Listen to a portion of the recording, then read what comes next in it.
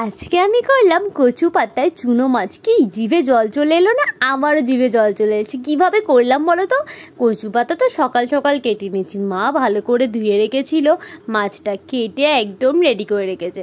আর এইটা করতে কি কি লেগেছে বলো তো? আলু কুচি, টমেটো কুচি, পেঁয়াজ কুচি, একটু লঙ্কা, মানে 3-4টা আমি লঙ্কা দিয়ে দিয়েছিলাম ঝাল হওয়ার জন্য। তারপর আর যেগুলো পরিমাণ মতো লাগে, লঙ্কার গুঁড়ো, হলুদ গুঁড়ো, নুন, তেল, জিরের গুঁড়ো, ব্যাস। তারপরে কিন্তু ভালো করে মাখিয়ে নিলাম।